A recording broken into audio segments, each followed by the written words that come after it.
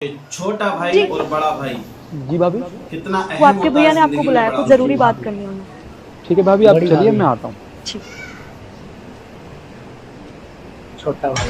अब कहाँ छोटे जा रहे भाई हो? की वाइफ आ गई। शिखा, वो भाभी आई थी अभी, कह रही ये थी कि देवरानी भैया को है। कुछ काम है, तो वो मुझे बुला रहे हैं। बस भैया के पास जा रहा हूँ। देखो, तुम्हें पता होना चाहिए, तुम्हें टाइम से निकलना होता है ऑफिस। कंस्ट्रक्शन का काम चला हुआ है साइड जा पर। रहा हूँ भैया के पास। अरे पर मेरी बात तो सुनो। जब देखो भाई भाई भाई, हमेशा ना भाई के तलवे चाटते रहना, अपने बारे में कभी मत सोचना। भाई के आगे बीवी तो दिखते ही नहीं है। यानी कब अकल आएगी साथ में? मैंने तुझे निखिल को बुलाने के लिए बोला था, मैंने बोल तो दिया है देवर जी को। फिर वो आया क्यों नहीं अभी तक?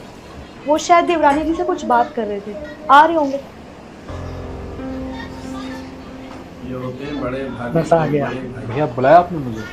निखिल, बाहर मौसम खराब हो रहा है और बारिश होने वाली है, तो एक काम कर, ये गाड़ी की चाबी ले और गाड़ी लेकर ऑफिस चला जा। तो मेरी चिंता मत कर, देख मेरा ऑफिस तो पास में ही है, 3-4 किलोमीटर है, मैं बाइक से भी चला जाऊंगा। और हाँ, तेरा ऑफिस 50 किलोमीटर दूर है, तो तू गाड़ी की चाबी ले और ऑफिस चला जा।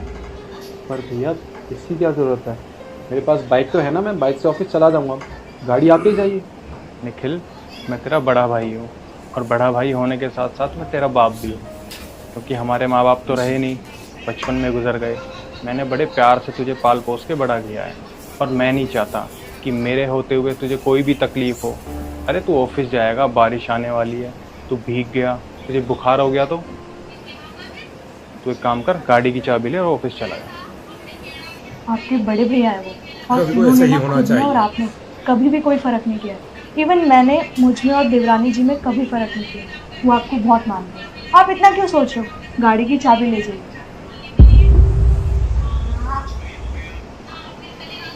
ठीक है भैया, मैं गाड़ी ले जाता हूँ। ठीक है, बाकी ध्यान से जाना। ठीक है? ठीक है भैया, थैंक यू, ध्यान रखना। ठीक है जी। कितनी गलत थी मैं ऐसा सोच भी कैसे सकती हूँ उनके बारे में? चलो कम से कम निखिल। एहसास तो हुआ इस बात का। निखिल, यार वीडियो हो अच्छी सके तो लगी है मुझे तो लाइक माफ कर देना। करना। मैंने आपके भाई के लिए कितना गलत सोचा। मुझे लगता था कि वो आपको भाई मानते ही नहीं है, आपको हमेशा नौकर की तरह ट्रीट करते हैं, पर मैं गलत थी। तुम्हें समझ आ गया, मेरे लिए इतना ही काफ़ी है शिखा। खैर, अब मैं काम पे निकलता हूँ, तुम अपना ध्यान रखना, और भैया भाभी का भी। ठीक है, अपना ध्यान रखना। ठीक है, तुम अपना ध्यान रखना। ठीक है।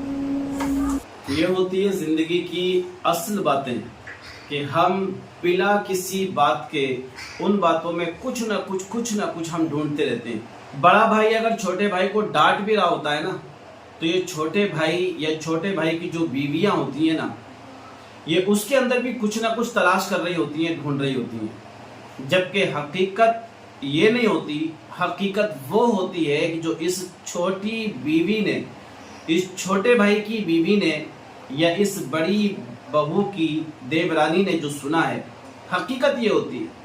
यानी असल में हमारे दिमाग ऐसे सेट हो चुके हैं, भैया भाभी की तरफ से और सास की तरफ से और देवरानी की तरफ से और ननद की तरफ से, ऐसे हमारे दिमाग बिल्कुल सेट हो चुके हैं, जेठानी को देवरानी की तरफ से और देवरानी को जेठानी की तरफ से, कि कभी इनके जहन में अच्छी बात आती नहीं है।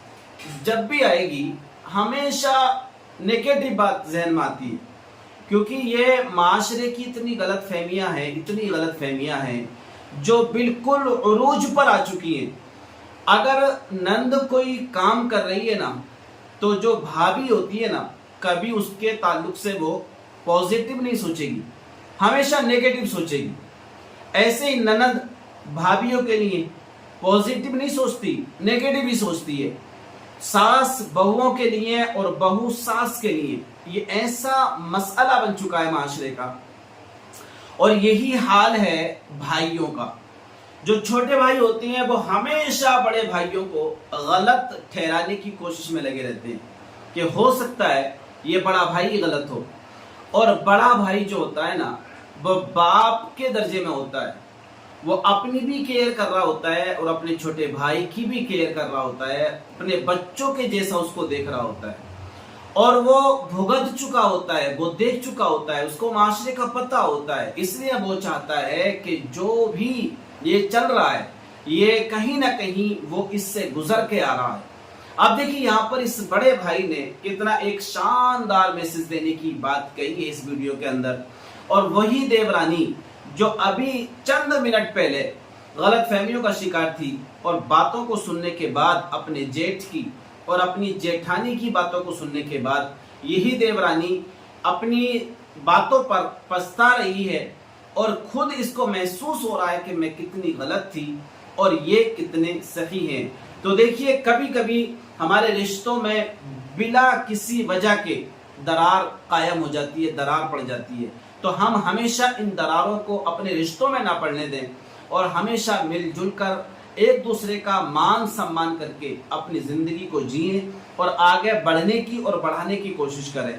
तो इंशाअल्लाह ये वीडियो उन लोगों के लिए बहुत ज्यादा जरूरी हो सकती है जो इस तरह की गलतफहमियों में अपनी जिंदगी को जी रहे हैं। एक बार आप असल से पर्दा उठाइए, असल को देखिए और फिर देखिए आपकी जिंदगी कितनी बेहतरीन अंदाज में शुरू होने वाली है। तो शायद अगर ये वीडियो आपको समझ में आई हो ना, तो जरूर वीडियो को लाइक और शेयर कर दीजिए। अगर चैनल पर पहली बार आए तो जरूर चैनल को सब्सक्राइब कर दीजिएगा।